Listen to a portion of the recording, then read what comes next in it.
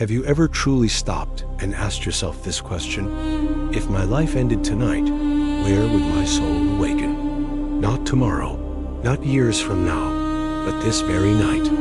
Heaven or hell, peace or torment, light or darkness. This is not a question designed to scare. It is a question that pierces through the noise of life and reaches the deepest part of you. And here is the bold claim.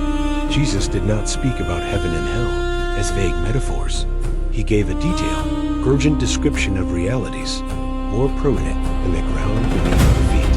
And what he said will change how you see the sky, the earth, and your own heart forever. Stay with me, because in the next few minutes, you're going to discover hidden knowledge buried in plain sight, secrets woven through his parables, rare insights that scholars only whisper about in footnotes.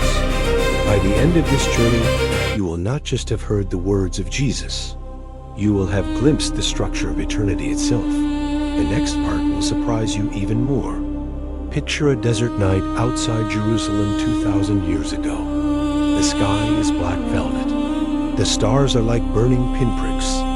A small circle of disciples listens as Jesus speaks. His voice is low, steady, yet it carries the weight of the universe.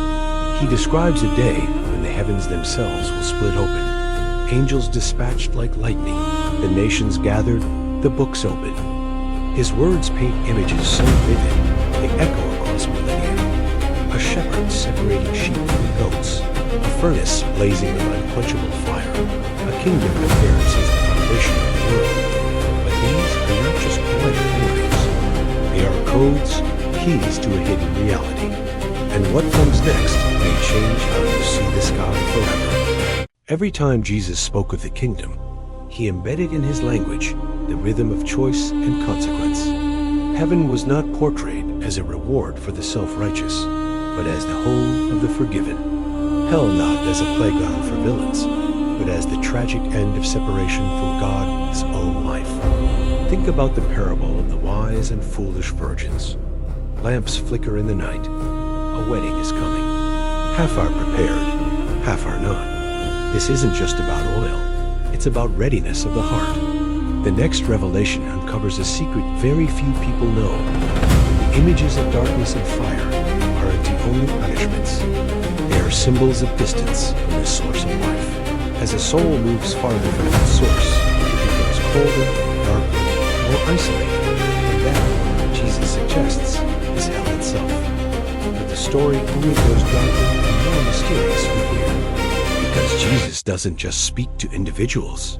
He speaks to entire ages, civilizations, and cosmic cycles. He tells of the sun darkening, the moon turning to blood, the powers of heaven shaken. These aren't merely special effects visions. They are the language of an entire creation, convulsing at the approach of its maker. Imagine the sky rolled back like a scroll, stars dimming, seas roaring, and then silence. A throne appears, dazzling as lightning, and a book is opened.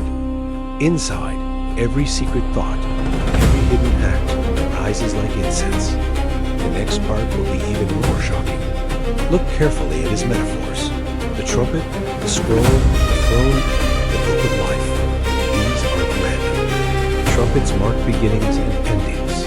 Scrolls hold decrees. Thrones signify judgment. Books record destinies.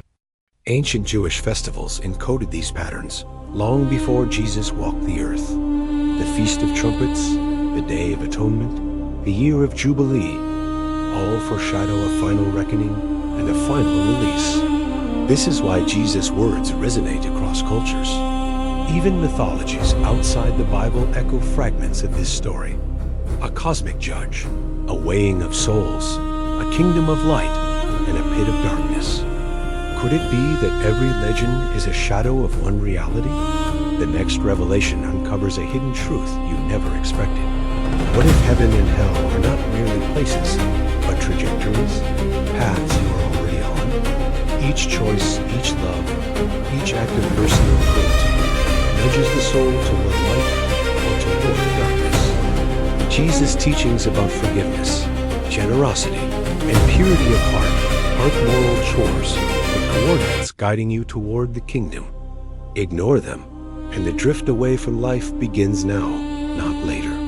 Follow them, and you begin tasting heaven even before you die. The story only grows more intense from here, because Jesus hints at something few ever notice, that the final day is both a cosmic event and a personal moment. For some, it arrives in a heartbeat. For all, it looms at the end of history.